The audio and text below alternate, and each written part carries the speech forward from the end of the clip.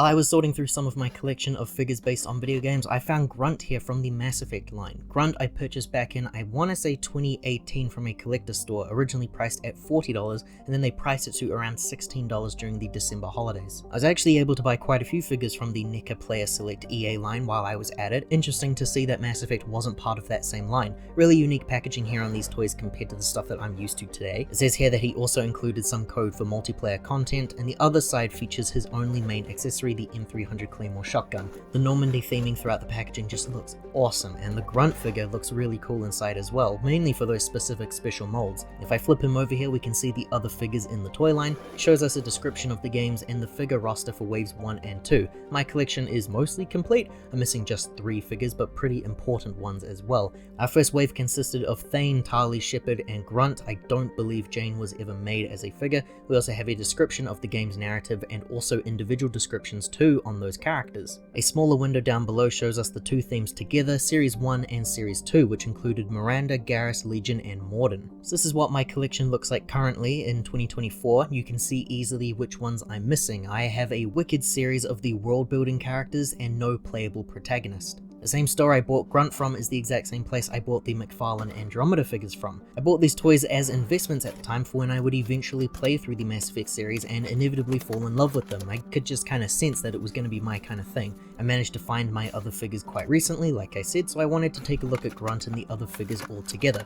This here is Grunt out of his packaging. He stands a lot taller compared to some of the other figures that I've looked at, and he feels incredibly hefty compared to those figures as well. Massive figures like this guy or the Thing or Hulk, they always feel more worthwhile and worth that extra value, so it's always exciting to mess around with a hefty figure like this. His only accessories are a display stand and his shotgun, which reminds me, I believe I'm missing my display stands for those figures. I love the aesthetic of the Mass Effect world. The costumes and the weapons and the species are so interesting and unique, and the translation to toys just works so well for me. Huge big chunks of plastic here used to make that shaping, and I think the coloring looks really good on him as well. It helps that they are translating an alien, because the human looking figures from this line, they look really rough actually, I'm not gonna lie. I'll stand him next to Garrus and Miranda here just to demonstrate for you the standing issues that all of these figures have in this toy line. It's ridiculous how none of them can stand up without proper support, but Grunt here stands with ease. Something weird I found on mine though is that his shoulder guard design, it's kind of coming apart at one side, the other side it's totally fine. So it's weird to see this happening despite the figure being sealed for all these years. I'm not too sure what's happened here. His articulation is pretty special as well, different to the other figures in fact, which is why I think it's so interesting. We've got some head movements here, just simple rotates, there's no bends.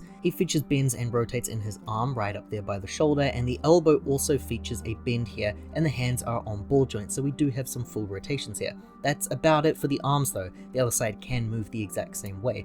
Rotates are made available in the torso. That's about it for this whole top section. The legs can't move outwards, instead they just rotate. Bends are featured in the knee, and then finally it looks like his feet have the same movements as the hands do, so there's a little bit of movement here as well, and that's it for Grunt's articulation. It's very simple, but surprisingly there's a bit more here than on some of the other figures. And for standing test, you already know he's perfect, man. Accessories are very simple, a pretty plain looking display stand, useful for the other figures but not really necessary for him. His foot just slides into the peg there and he stands with one foot off to the side. And then we have his shotgun, a really thick piece of plastic, feels very different compared to him, almost like a cheaper material. All of the figures here seem to hold the weapons in quite strange ways. He can hold the gun in his hand, but he can only one-hand it. The McFarlane figures also included these types of stands in their toys, a lot more interesting to have in my eyes, and the McFarlane figures also don't really need them, so I can definitely use these for the figures here who do need some help. A quick look at the other figures I have. This here was Thane, my favorite companion. My partner bought this for me a few years ago because of how much I love him.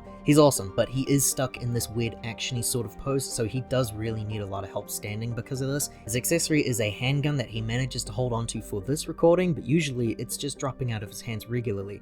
Miranda, Garrus, and Legion were all purchased as a bundle just as I began playing the game. The excitement of not knowing who those characters were at the time only made the experience that much more exciting for me once I met them in-game. Miranda here is a bit of a letdown. The head can't move because of the hairpiece. It's incredibly restrictive on her movements there. Miranda also possibly features the worst pose out of all of the figures. She just cannot stand on her own even if her life depended on it, so I am going to need to borrow those display stands for her definitely. She features the exact same handgun as Thane for her accessory as well. Legion is a really interesting figure. I accidentally had him killed in my Suicide Run playthrough, so I just kind of view him as a Geth army builder figure. He's got a chunk of him missing in the torso there. It's pretty cool to see on a toy. He features, I think, the worst articulation out of any of the figures. He can barely move any of his joints, and his weapon was this cool looking rifle.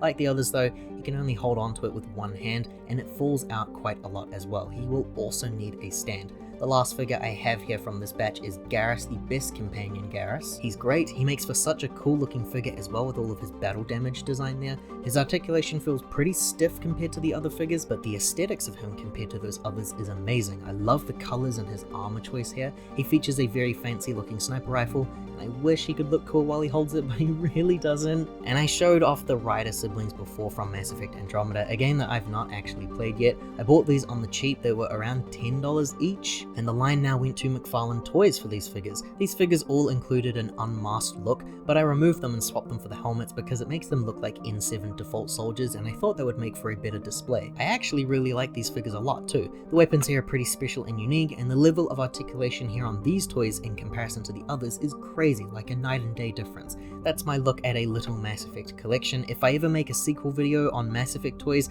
it means that I finally found Shepard, Tali, and Mordin to really complete my collection. With the next entry releasing sometime in the future, I could always hope to see another toy line return because I love this world so much, and to see more action figures in the future would be amazing.